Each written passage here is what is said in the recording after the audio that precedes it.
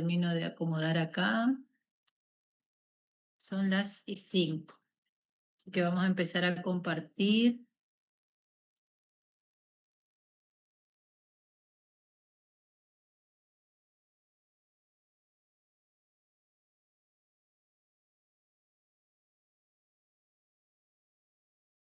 Ahí me dicen si ven la pantalla. Ahí se ve, profe. Perfecto. Súper.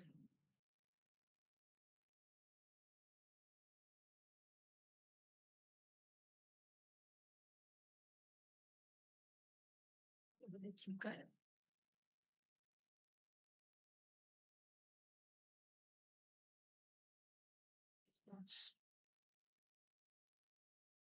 Bueno, y comenzamos, ¿sí? ¿Se escucha bien? El tema de hoy es, bien, el tema de hoy es anestésicos locales, ¿sí? Hoy vamos a darle un enfoque más terapéutico. Ustedes en tercero ya estuvieron dando toda la parte de anestésicos locales, la parte básica. Así que vamos a desarrollar un poquito y recordar qué es el concepto, las características de relevancia de los anestésicos locales, la composición del anestubo, los anestésicos de uso odontológico, cuáles son sus contraindicaciones y las precauciones en pacientes de riesgo. Para recordar, entonces, los anestésicos locales son un grupo de fármacos que producen la pérdida de la sensibilidad en una región limitada del cuerpo, por eso son locales, bloqueando el estímulo nervioso al inhibir, y esta es la farmacodinámica, el mecanismo de acción, los canales de sodio de la neurona.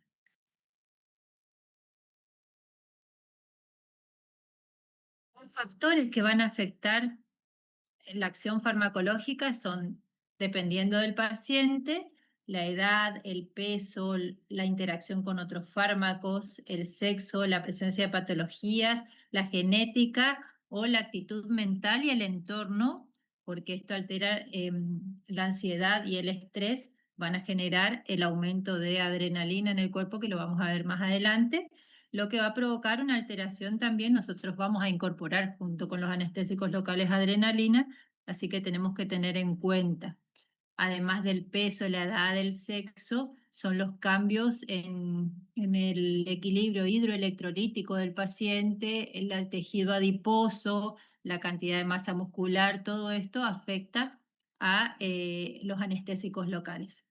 A su vez, los factores que dependen del fármaco son la vasoactividad. Ustedes saben, como ya estudiaron en tercero, que todos los anestésicos, la mayoría de los anestésicos locales son vasodilatadores, ¿sí? En más o en menor medida son vasodilatadores, lo que va a afectar a la absorción del fármaco. Esto lo vamos a ver dentro de un ratito, que puede generar una disminución en la eficacia de este fármaco. A su vez, la concentración es otro de los factores que vamos a tener en cuenta, la dosis, la vía de administración, el ritmo de inyección es muy importante, ¿sí? Cuanto más despacio es mejor, más o menos es entre un minuto y medio es la aplicación de los anestésicos locales para evitar reacciones adversas y complicaciones en la técnica anestésica. La vascularización de la zona, por lo mismo que de la vasoactividad, cuanto más vascularizada está la zona, más rápida es la absorción del fármaco y menos tiempo de acción va a tener ese fármaco. Y la presencia o no dentro del anestubo de los vasoconstrictores por la misma razón, ¿sí? En este caso, a diferencia de los fármacos que se administran por vía sistémica, los anestésicos locales o los fármacos de acción local tienen como ventaja sería, una ventaja o una desventaja es la absorción del fármaco. O sea, se tiene que evitar la absorción del fármaco para que permanezca más tiempo en su sitio de acción. Ahora lo vamos a explicar un poquito mejor a eso. Dentro de los factores del paciente teníamos que ver entonces justamente mantener la actitud mental y el entorno, porque el paciente ansioso e hiperventilado favorece o aumenta la absorción del fármaco, lo que va a aumentar los efectos tóxicos y disminuir la acción. Y otro de los factores a nivel local es la presencia de inflamación. Nosotros sabemos que los anestésicos locales son bases débiles, necesitan un medio básico o neutro a básico, y la inflamación provoca un medio ácido, lo que va a retardar la liberación de los anestésicos locales y disminuir el efecto anestésico. ¿Cuál sería la característica de un anestésico ideal? Esto no siempre se cumple, pero es lo que uno pretende de un anestésico, ¿sí? Que sea de fácil aplicación, que no irrite los tejidos, que no tenga toxicidad en realidad ningún fármaco, eh, es libre de reacciones adversas, ¿sí? Que tenga una acción reversible en la estructura nerviosa, que tenga una latencia corta, o sea, un inicio de acción rápido, que la duración de acción sea adecuada para el tratamiento, esto es importante y sobre todo en niños y adultos para evitar después las autolesiones, que sea estable en solución, ¿sí? En general y sobre todo los anestésicos locales, por eso se los utiliza como sales anestésicas para estabilizar el principio activo, que tenga una biotransformación sencilla y que sea estéril o capaz de esterilizarse mediante calor. Este paso, el anestésico local, sí es resistente al calor, pero no así el vasoconstrictor que tenemos dentro del anestubo. Por eso esa es una de las condiciones por la que debe evitarse el flamear o calentar con flama, con el flameo, el anestubo, porque inactivamos el vasoconstrictor que posee dentro del anestubo. ¿Cuáles son los anestésicos locales? Esto ya lo vieron en tercero. Tenemos dos grupos, los ésteres y las amidas. Los ésteres saben que son los más alergénicos, las amidas son los que más utilizamos. Van a estar compuestos por un anillo aromático lipofílico, que es lo que le da la liposolubilidad, le permite la penetración y fijación y la potencia al fármaco. La cadena intermedia, que son las que le dan las características de esteroamida, que son los que le dan la velocidad de metabolización, la duración de acción y la toxicidad. Y el grupo hidrofílico o amida, que es el que permite la difusión, la hidrosolubilidad, la difusión por los tejidos y mantiene la molécula ionizada. Dentro de los ésteres, el más antiguo es la cocaína, que es una droga de adicción. Tenemos procaína, tetracaína, benzocaína, esta es la que es utilizada de manera tópica en odontología. Y las amidas, que son las más utilizadas, que tenemos la lidocaína, la carticaína, bupivacaína, mepivacaína, prilocaína y etidocaína. Dentro de la farmacocinética, como les dije, los anestésicos locales comienzan, porque son aplicados en el sitio de acción, entonces comienzan con su farmacodinamia, a diferencia de los fármacos de administración sistémica que necesitan absorberse, distribuirse para ejercer su acción, ¿sí? Entonces, en la farmacocinética se aplica el fármaco, en este caso el anestésico local, que difunde por los tejidos, ¿sí? En caso de anestesia tópica o anestesia infiltrativa, que son las que utilizamos nosotros, difunden por los tejidos a través de un gradiente de concentración cerca de las terminales nerviosas. El inicio de acción va a estar dado por la concentración del fármaco en la zona, el tamaño molecular del fármaco, el pKa y el pH del medio. ¿Cómo es la cronología del bloqueo? Esto ya lo vieron. Comienza, como todos los anestésicos locales, comienzan con una vasodilatación, todos son vasodilatadores, y luego con pérdida de la temperatura y del dolor, la propiocepción, el tacto y la presión y la motricidad. Y esto se revierte de manera inversa, ¿sí? Se devuelve motricidad, tacto y presión, propiocepción, temperatura y dolor. La duración de acción de los fármacos depende del fármaco que estemos hablando. Tenemos de duración corta, los intermedios, que somos lo que utilizamos nosotros en odontología, como la lidocaína y la mepivacaína, y los de duración prolongada. Continuando con la farmacocinética, una vez que ejercen su acción, o mientras van ejerciendo su acción, por esa vasodilatación que generan los anestésicos locales, se va a producir su absorción, ¿sí?, al sistema.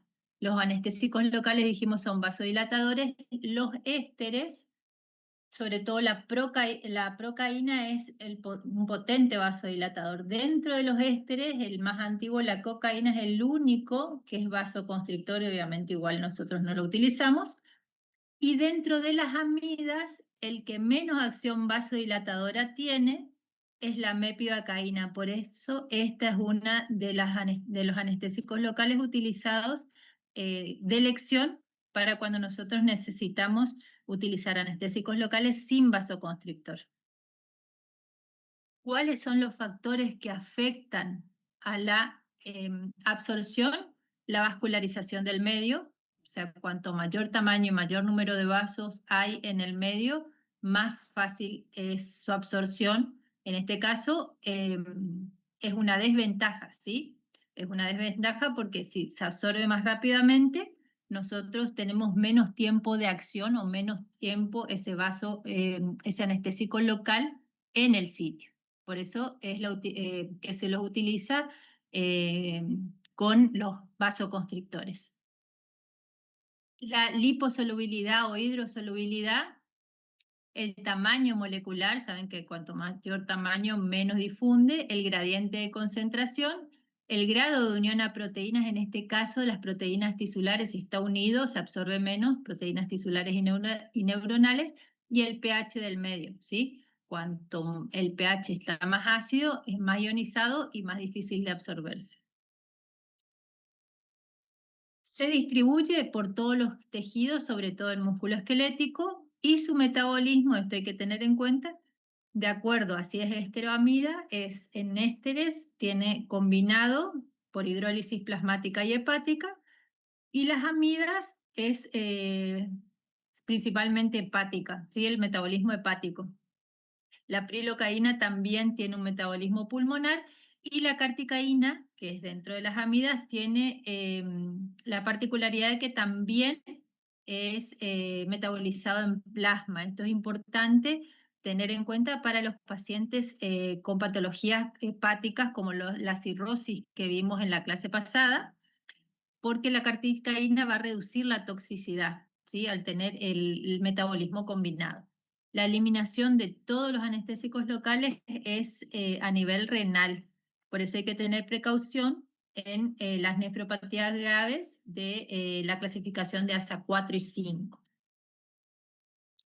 ¿Qué hacemos cuando hay un metabolismo hepático disminuido? Hay que evitar justamente las que son metabolizadas principalmente en el hígado, es decir, las amidas. ¿Sí? ¿Cuándo puede haber un metabolismo hepático disminuido? En hipotensión, en insuficiencia cardíaca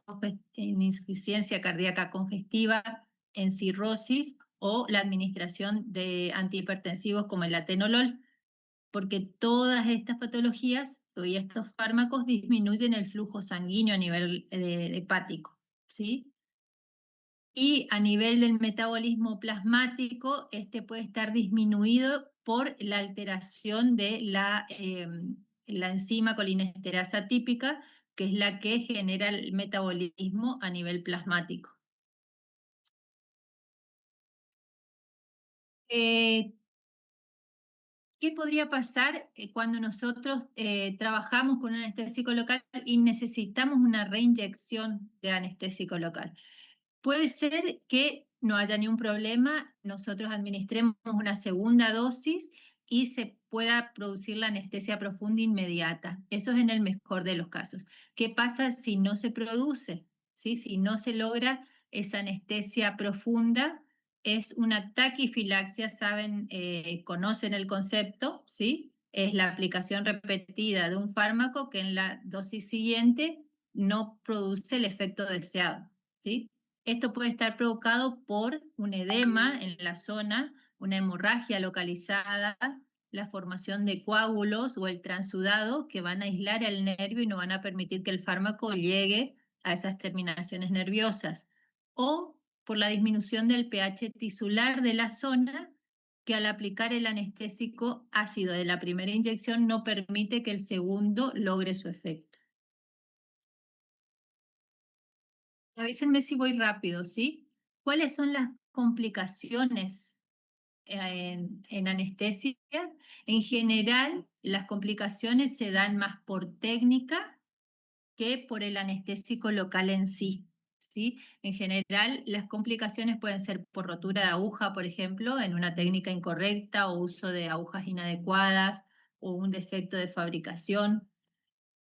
El profesional lo que debe hacer es mantener la calma, informar al paciente, indicar que no cierre la boca, y si es posible, se puede remover el fragmento, removerlo y si no, derivarlo.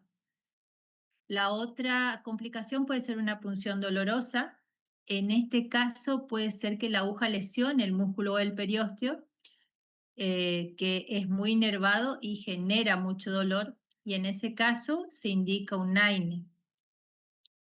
Otra de las complicaciones puede ser una parálisis facial, ¿sí? Por anestesia de la glándula parótida, del facial, del nervio facial en la glándula parótida. Esto hay que calmar al paciente, avisar lo que sucedió e indicar el control oftalmológico para evitar la sequedad ocular. También puede producirse el desgarro del nervio con la aguja, que va a generar parestesia.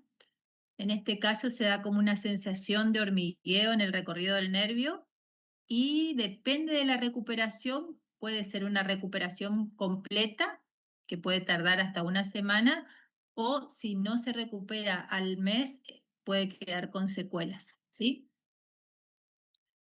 Otra de las complicaciones es el trismus por técnica incorrecta, el desgarro con la aguja del pterigoideo interno, puede dar hemorragias e infecciones, y también un efecto miotóxico del anestésico con necrosis, inflamación y contractura. En este caso, el tratamiento ideal o la sugerencia es calor, AINES, para el edema corticoides, miorrelajantes y kinesioterapia.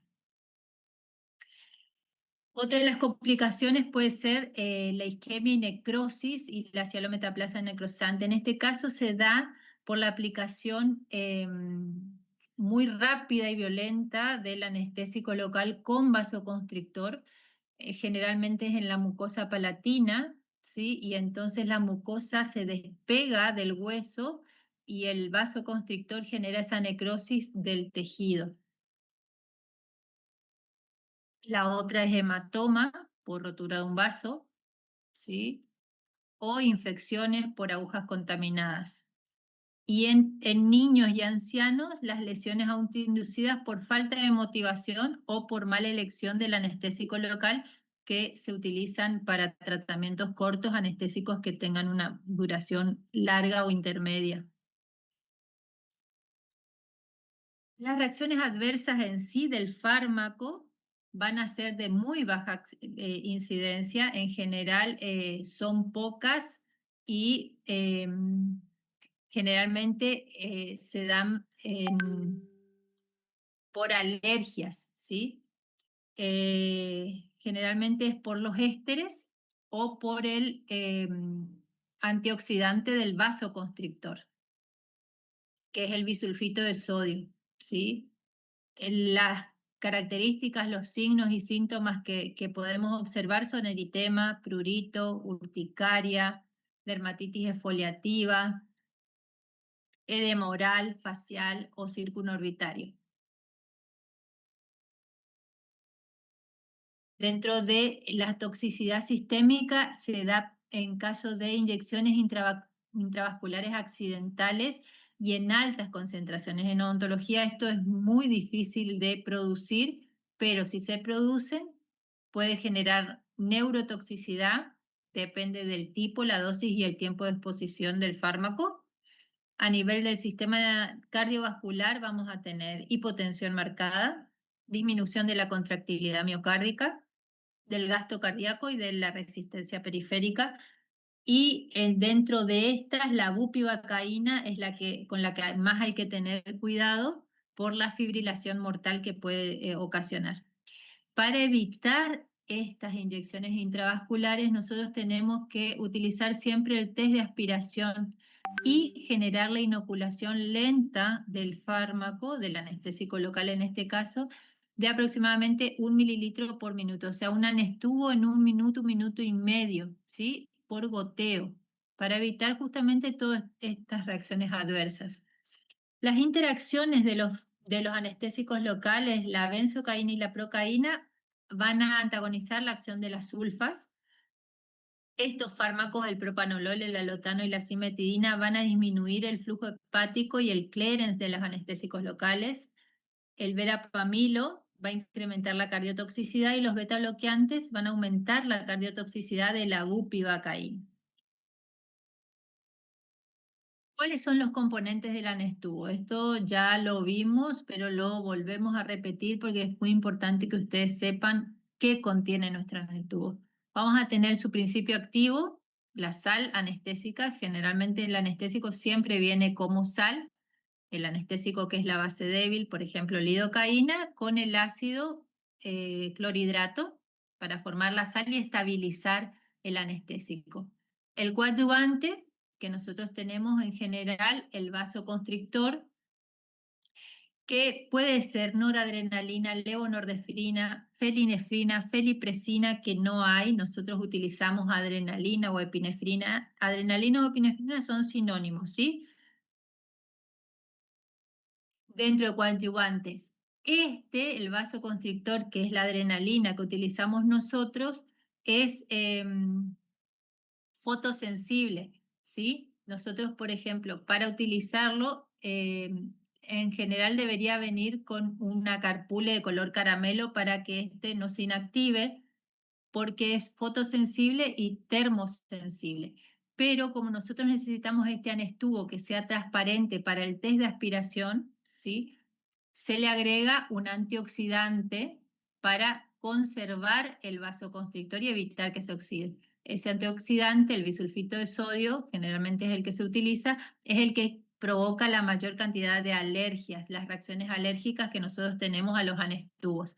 Y por eso a los pacientes alérgicos, en general, se utilizan los anestésicos locales sin vasoconstrictor, pero no es por el vasoconstrictor que no se lo utiliza, sino por el bisulfito, ¿sí? La solución isotónica y el agua destilada, que es lo que le da el volumen al anestésico local, ¿sí? La adrenalina o epinefrina lo que va a hacer es, los efectos que tienen es aumentar el ritmo cardíaco, aumentar la presión sanguínea y aumentar el consumo cardíaco de oxígeno. En el anestubo se lo utiliza porque tiene ventajas de mayor tiempo del anestésico local en el lugar de aplicación, ¿sí? Lo va a mantener mayor tiempo en el sitio, por ende se va a necesitar menos dosis anestésica. Al utilizarse menos dosis anestésica va a tener menos toxicidad sistémica y a su vez mejora la hemostasia a nivel local. Teniendo todo esto en cuenta el vasoconstrictor, que al ser más eficiente y seguro, ¿qué piensan ustedes en un paciente con patología cardiovascular? ¿Indicarían un anestésico con vasoconstrictor?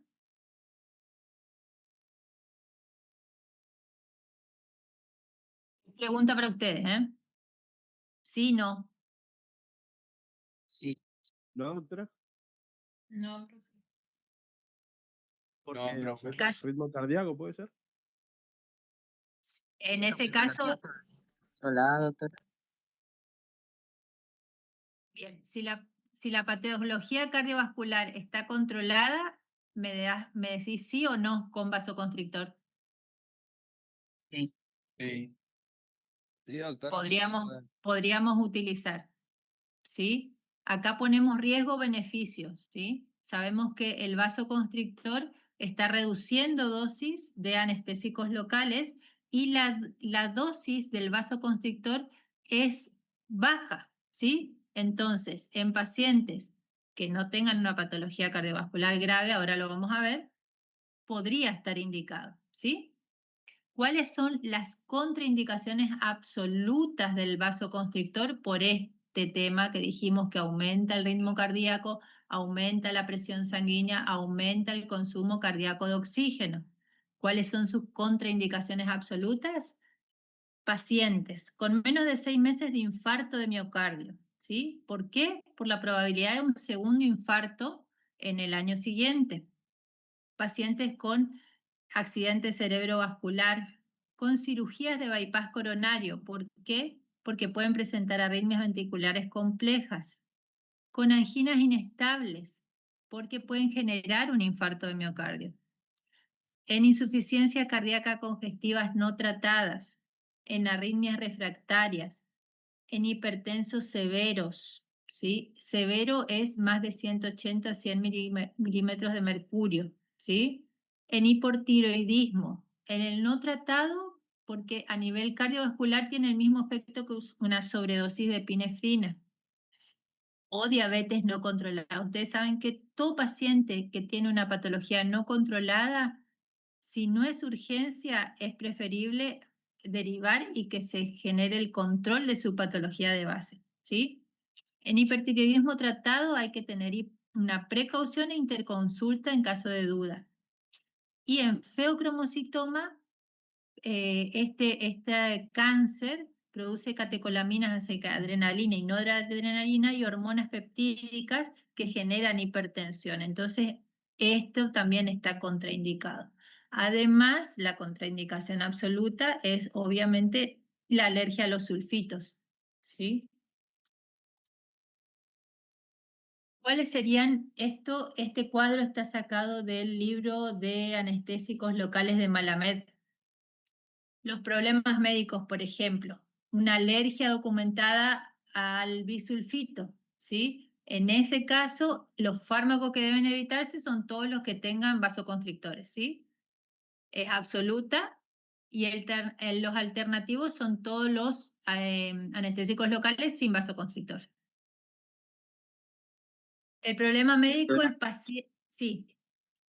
¿Y Sí, cómo podemos saber que es difícil detectar si tiene alergia al bisulfito? Solo si ya tuvo alguna claro, vez. hay pacientes que conocen, obviamente, que ellos fueron expuestos y tuvo la reacción alérgica, se hizo. Estos son pacientes que te traen y te dicen, yo soy alérgico, ¿sí? Vos no podés llegar a saber, alergias nunca podés llegar a saber si él no tiene una primera exposición, ¿sí? Hay que evitar, pero son cosas que no las podés conocer con una anamnesis, ¿sí? Sí o sí se tiene que exponer para que vos sepas que es alérgico a. Sí, en pacientes que te dicen que tienen otro tipo de alergias, obviamente que vos vas a tratar de dar fármacos que sean menos alergénicos, ¿sí? Si viene un paciente y te dice, yo soy alérgico al polvo, soy asmático y me sale urticaria de contacto, y no le vas a dar un anestésico local de tipo éster, obviamente, ¿sí? Bueno, Gracias. los pacientes que tienen colinesterasa plasmática típica, evitar todos los fármacos que se metabolizan por esta enzima, ¿sí? Que son los de tipo éster. En metamoglobinemia, la prilocaína tiene predisposición a generar metamoglobinemia, entonces, en general, igualmente nosotros no la ocupamos. En disfunciones hepáticas, ¿sí? Por el metabolismo de las amidas, evitar amidas, a excepción de, en este caso, tenemos una alternativa que es la carticaína. Igualmente en disfunción renal, todos los fármacos anestésicos locales son eliminados a nivel renal, entonces hay que ver la dosis mínima efectiva para evitar complicaciones de intoxicación. Con enfermedades cardiovasculares dijimos, hay que evitar los vasoconstrictores, y en hipertiroidismo clínico, evitar también las concentraciones altas de vasoconstrictores, ¿sí? ¿Cuáles son las concentraciones que vienen de los vasoconstrictores, o sea, en este caso a nivel de Argentina, de adrenalina? Nosotros tenemos que saber que el máximo sistémico de adrenalina es de 0,5 a 1 miligramos y de 4 miligramos es la dosis letal. En anestésicos locales, esa dosis es de 0,2 miligramos, la concentración habitual. Y la concentración máxima para pacientes con patologías cardiovasculares baja de 0,2 a 0,04 miligramos. Vamos dando datos prácticos, ¿sí? Nosotros tenemos el vasoconstrictor en el anestubo, teniendo en cuenta la concentración habitual en un paciente que no tenga patologías. Miren, nosotros podemos dar el que nosotros utilizamos, que es 1 en 100.000. Saben que la adrenalina puede venir en el anestubo en 1 en 50.000, 1 en 100.000 y 1 en 200.000. La presentación que viene más habitualmente acá es 1 en 100.000, ¿sí? Y nosotros podemos dar a un paciente sin patología cardiovascular un máximo de 0,2 miligramos por mililitro, o sea, pensando solo en el vasoconstrictor del anestubo, hasta 12 anestubos, ¿sí? En pacientes con patologías cardiovasculares, esa dosis baja de 12 a 2 anestubos. ¿Se entiende? ¿Sí? El margen que tenemos con pacientes sin patología y con patologías cardiovasculares. La presentación de 1 en 200.000 es tendencia en algunos países, sobre todo en Europa y Estados Unidos, independientemente de la condición sistémica del paciente. Por la dilución es más diluido, tiene menos efectos adversos y sigue siendo efectiva. Por eso esta es la de elección. Igualmente, esta presentación es difícil de conseguir acá. Nosotros tenemos esta. Dentro de los anestésicos locales, esto es para que más o menos tengan una idea de evolución. La primera que se descubrió fue la cocaína en 1800 por los incas, que elevaba el estado de ánimo y era rejuvenecedor, ¿sí? Después comenzaron con las amidas, ¿sí? Vino la procaína y dentro de las amidas la dibucaína. Miren, a partir de 1948 recién aparece la lidocaína y en 1956 la mepivacaína. Esto es para que vayan viendo la cronología de evolución de los anestésicos locales y que no siempre se utilizaron solo como anestésicos locales, sino se fueron descubriendo otros efectos como la procaína como analgésico para artritis crónica, como antiepilépticos, ¿sí? La lidocaína, la mepivacaína, la prilocaína, la cocaína. Como antiarrítmicos, la lidocaína se sigue utilizando como antiarrítmico. Y estos son los nuevos sistemas de aplicación de técnicas anestésicas, ¿sí? Con sistemas computarizados de goteo regular, con regulación de temperatura para evitar y disminuir el dolor y las complicaciones de las técnicas anestésicas. Esto como para que lo vean, ¿sí? ¿Cuáles son los anestésicos locales utilizados en odontología? Nosotros tenemos como vía infiltrativa y troncular y la vía tópica, ¿sí? Los más utilizados son la lidocaína, la carticaína, la mepivacaína. La lidocaína, que viene como clorhidrato de lidocaína al 2%, el 2% saben que es 2 gramos por 100 mililitros, que nosotros lo pasamos para poder hacer los cálculos de dosis a 20 miligramos por mililitro. Este es el dato que ustedes tienen que tener. Esta lidocaína que viene con epinefrina, nosotros la tenemos a epinefrina 1 en 100.000. La característica de esta lidocaína es que tiene gran profundidad, amplia difusión, buena estabilidad, buena eficacia, baja toxicidad y alta tolerancia, ¿sí? Viene en presentaciones de lidocaína sin vasoconstrictor y con vasoconstrictor. Ven, acá tienen en Indican al 50, 1 en 50.000.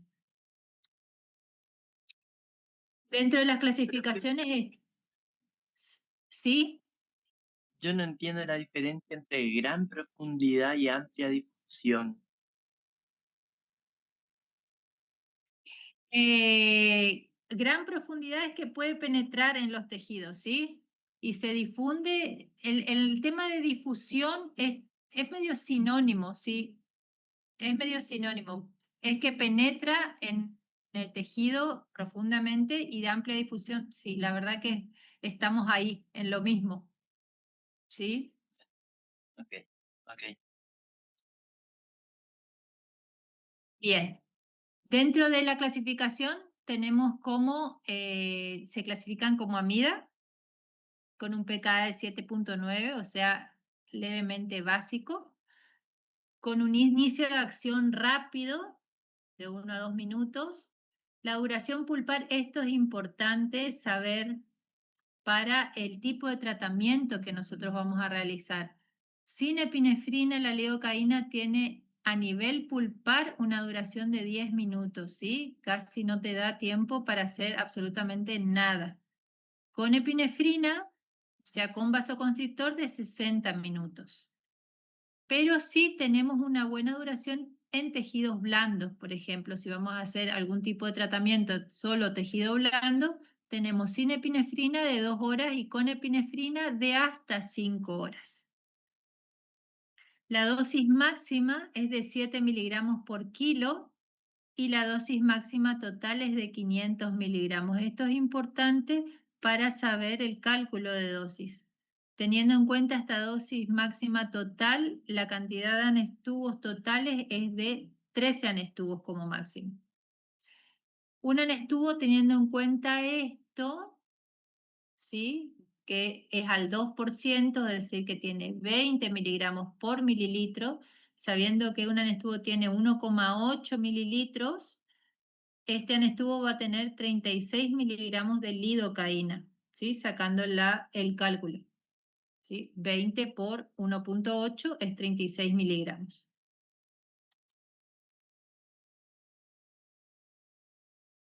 Esto repetimos, entonces dosis máxima total va a ser de 500 miligramos en una dosis máxima de 7 miligramos por kilo. Vamos a dar un ejemplo de un chico de 20 kilos, ¿sí?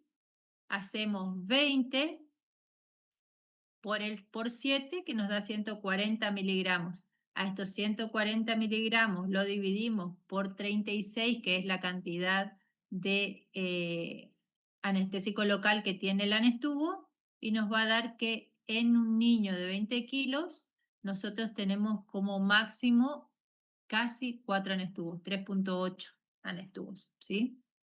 3 anestubos y medio. En un adulto mayor de 70 kilos es el máximo de 13 anestubos, como vimos. Esto se va a reducir, porque acá nosotros estamos hablando del anestésico local, pero nuestro anestubo también tiene vasoconstrictor. Si nuestro paciente tiene una patología cardiovascular, por más que yo te diga que el anestésico local podemos darle 13 anestubos, con una patología cardiovascular, si tiene vasoconstrictor, eso se reduce a 2 anestubos, ¿sí? ¿Para qué se utiliza la lidocaína? La lidocaína tiene, además de como uso de anestésico local, también se utiliza como antiarrítmico, antiepiléptico y como analgésico endovenoso en dolor crónico. Va a venir en presentaciones como solución al 1 o al 2%, con y sin epinefrina. Nosotros tenemos al 2%.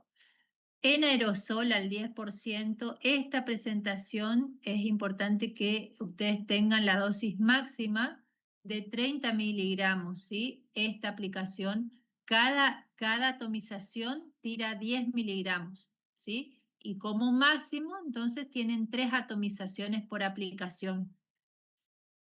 En gel y en crema viene al 5%, saben que la crema es solo para piel, en gel al 2%. La dosis es pincel o pulpejo de dedo 3 veces por día, ¿sí?, de la aplicación en gel. La carticaína viene al 4%, también viene en presentaciones de 1 en 100 y 1 en 200.000 con adrenalina. La carticaína tiene la característica de que tiene mejor difusión y sobre todo en hueso, 100 veces más a nivel sistémico que la lidocaína, por eso tiene mejor penetración a nivel de tejido en las inyecciones infiltrativas y por eso es ideal para uso odontológico, ¿sí? Porque tiene mayor efecto con menor volumen de anestésico local.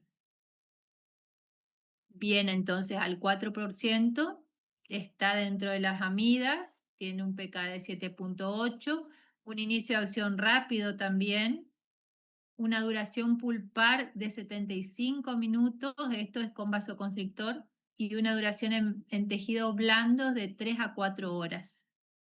La dosis máxima es de 7 miligramos por kilo y la total es de 500 miligramos. Es decir, que entonces en cada anestubo, que tiene 4%, va a tener 72 miligramos de carticaína. Teniendo en cuenta la dosis máxima de 500 miligramos, lo máximo que se puede administrar son 6 anestubos. Y la mepivacaína, que viene también como sal, clorhidrato de mepivacaína al 2% con adrenalina y mepivacaína al 3% sin adrenalina. Esta se utiliza en pacientes, sobre todo son de selección en pacientes con patologías cardiovasculares porque tienen leve vasodilatación y es 1,5 veces más potente que la lidocaína por justamente esto.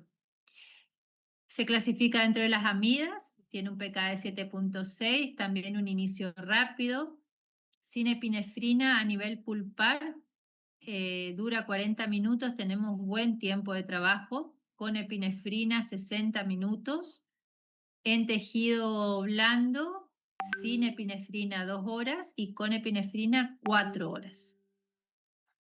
La dosis máxima de mepivacaína es de 6.6 miligramos, o sea, 7 carpules como máximo. Y la dosis máxima total es de 400 miligramos. Dentro de los anestésicos tópicos, tenemos que saber que estos son preparados con altas concentraciones de anestésicos, 10 veces superiores a las utilizadas en los inyectables. Esto es lo que permite favorecer la difusión del anestésico en el epitelio. Hay de presentaciones al 20%, al 2%, al 5%, ¿sí? Hay que tener en cuenta que la benzocaína es del tipo éster, que puede ser un poquito más alergénica.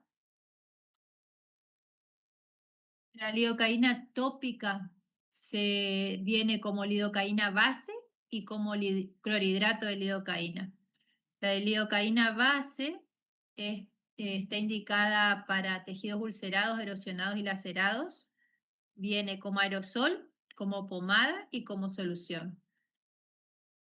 Y el clorhidrato de lidocaína es un preparado hidrosoluble al 2%, va a permitir mejor penetración y vienen las presentaciones de solución tópica, gel y spray. Esta característica de mejor penetración es un beneficio, pero hay aumento de riesgo de toxicidad porque penetra más en los tejidos. Y la benzocaína, que es el de tipo éster, tiene la característica, es poco hidrosoluble, pero tiene una larga duración, ¿sí? Se presenta en aerosol, en gel, que es el más utilizado, y el gel de 200 miligramos por mililitro es el más común, como parche de gel, como pomada y como solución. ¿Qué hay que recordar de los anestubos? Como dijimos, deben almacenarse a temperatura ambiente. ¿Por qué? Porque el líquido frío se siente más y le genera más sensación de dolor al paciente en la aplicación. No hay que calentar. Controlar siempre la integridad del tapón y del capuchón para evitar contaminación. No es necesario ni debería calentarse antes de usar, a no ser que lo puedas calentar o atemperar con la mano. No deben utilizarse más de una vez por el riesgo de contaminación y tampoco utilizarlos luego de la fecha de vencimiento. Vidrio plástico, sabemos que el vidrio es un material inerte, es mucho mejor, pero el plástico es mucho más práctico para la utilización. ¿Qué se debe contemplar en los pacientes que vamos a anestesiar? Saben que el paciente que llega al consultorio siempre llega con un estado de ansiedad, de nerviosismo. Todo esto va a incrementar la adrenalina en su cuerpo y nosotros estamos por aplicar una anestesia que ya lleva adrenalina. Entonces tenemos que evitar y tratar de generar un ambiente de calma y tranquilidad, asegurarnos de que ese paciente reduzca su ansiedad y el temor al tratamiento. ¿Cómo se hace esto? Motivando al paciente, contándole lo que va a pasar, qué va a sentir, qué le vamos a realizar, cuánto tiempo, qué es lo que él va a sentir, cuánto tiempo le va a durar la anestesia y qué características va a tener la recuperación de esta anestesia, ¿sí? Todo para evitar justamente estos picos de adrenalina. ¿Cómo realizamos la selección del anestésico? Depende siempre del paciente, de la edad, de los antecedentes médicos, ¿sí? Si hay embarazo, alergias, patologías cardiovasculares, cirrosis, diabetes, vamos a ver estos pacientes rapidito más adelante. El tipo de tratamiento que vamos a hacer, vimos que depende del fármaco, del anestésico local, tenemos más o menor tiempo de trabajo, ¿sí? Entonces, de acuerdo a nuestro tratamiento, vamos a elegir el que tenga mayor duración o menor.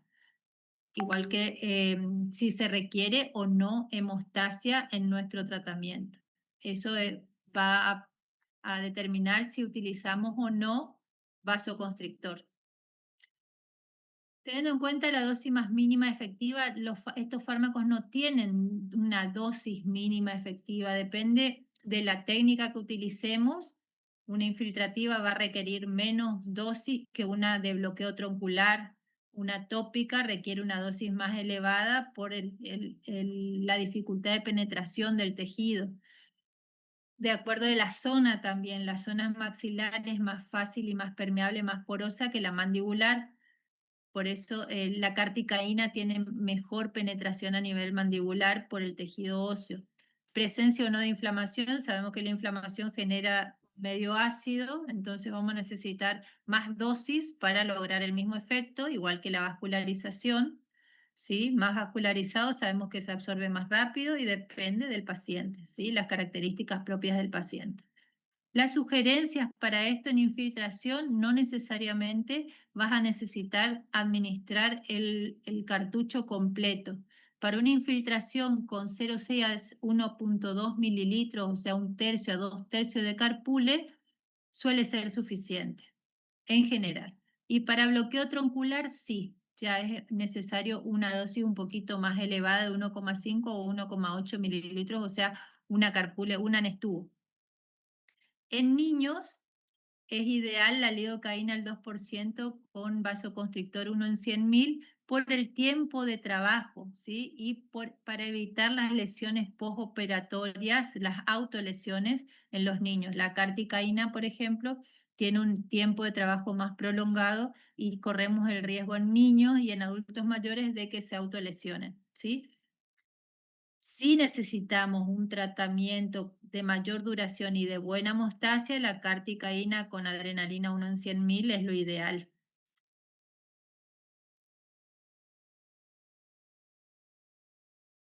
Sabemos que toda intervención tiene posibilidades de complicaciones, entonces en embarazadas siempre tenemos que tener precaución en la inyección por el riesgo de inyección intravascular porque las embarazadas tienen una dilatación venosa aumentada, ¿sí? Entonces hay mayor riesgo de inyección intravascular.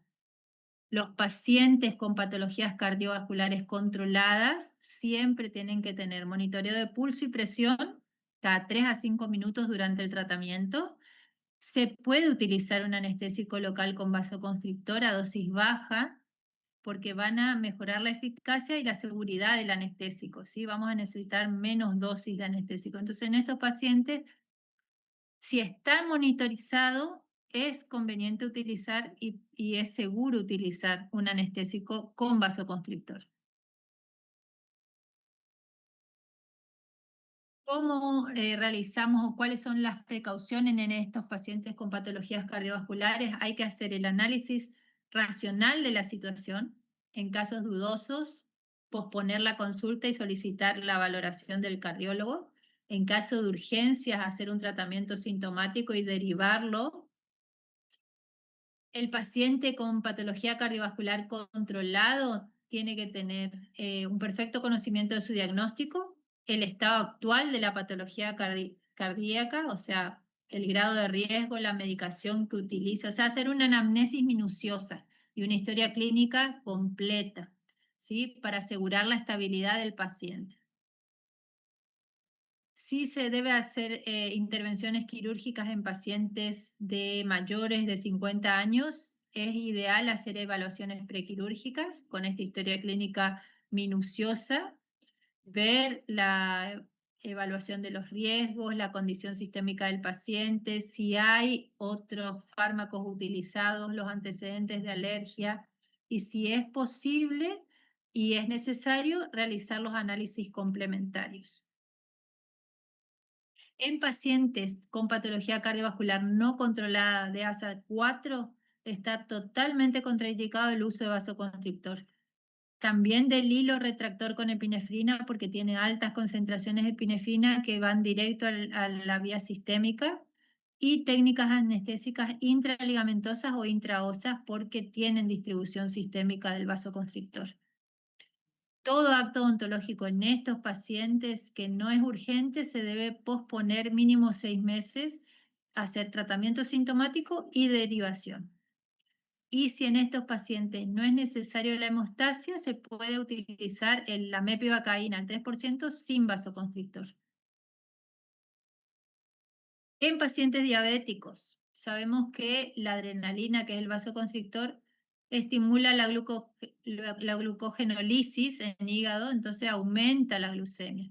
Nosotros tenemos una dosis muy bajita de adrenalina, ¿sí? En pacientes controlados no hay mucho problema, pero sí en estos pacientes que no están controlados, ¿sí? En eso sí hay que tener mucha precaución de los anestésicos locales con vasoconstrictor.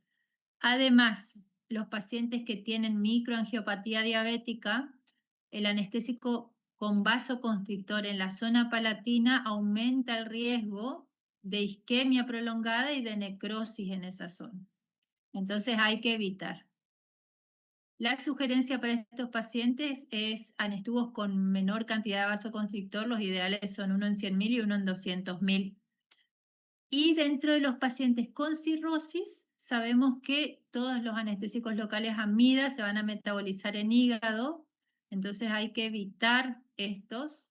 La carticaína es una de las opciones porque tiene el metabolismo plasmático y evita justamente tiene combinado el metabolismo y entonces evitamos las alteraciones o las reacciones adversas.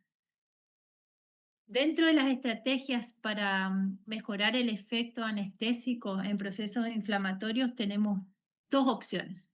Uno, si no es el efecto deseado, aumentamos la dosis o en caso de patologías inflamatorias podemos llegar a hacer una profilaxis antiinflamatoria, ¿sí? Hay un artículo científico sobre esto que dentro de las conclusiones dice que el ibuprofeno 600 miligramos, utilizado una hora antes de la administración, mejora el efecto de la lidocaína al 2% en la analgesia del paciente, ¿sí? Porque reduce justamente esa zona de inflamación y de acidez y mejora entonces el efecto del anestésico local. Entonces, recordar que toda intervención tiene la posibilidad de complicaciones. Haciendo una técnica adecuada con un test de aspiración, evitamos la punción accidental y el depósito intravascular. La inyección lenta y constante también evita la alteración por los vasoconstrictores. La cantidad mínima necesaria reduce el riesgo de reacciones adversas y saber que el mejor anestésico anestésico es el seleccionado racionalmente para cada uno de los pacientes, ¿sí? Bueno, esta es la bibliografía que se utilizó para este teórico. Y con esto terminamos.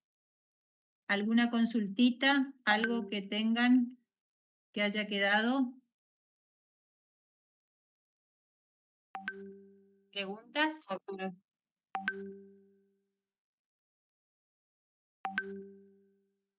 ¿Todo en orden? Bueno, Sí, profe. bueno. Entonces los vemos en el taller la próxima clase. Gracias, profe. Gracias.